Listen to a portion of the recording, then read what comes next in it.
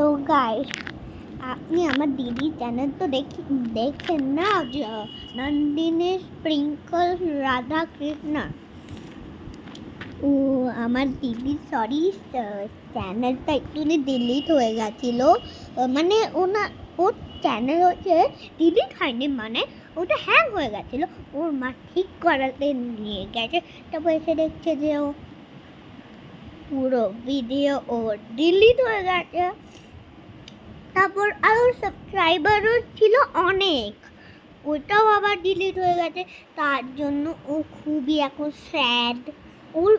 ও এই ভিডিওটা করেছে, ঠিক আছে, তারপর ওর কিচ্ছু করতে ইচ্ছা করছে না। সত্যি সত্যি কত স্যাড ভিডিও, তাই না? এরকম যদি আরেকটাও শুনতে দাও তাহলে লাইক শেয়ার আর সাবস্ক্রাইব করো। বাই।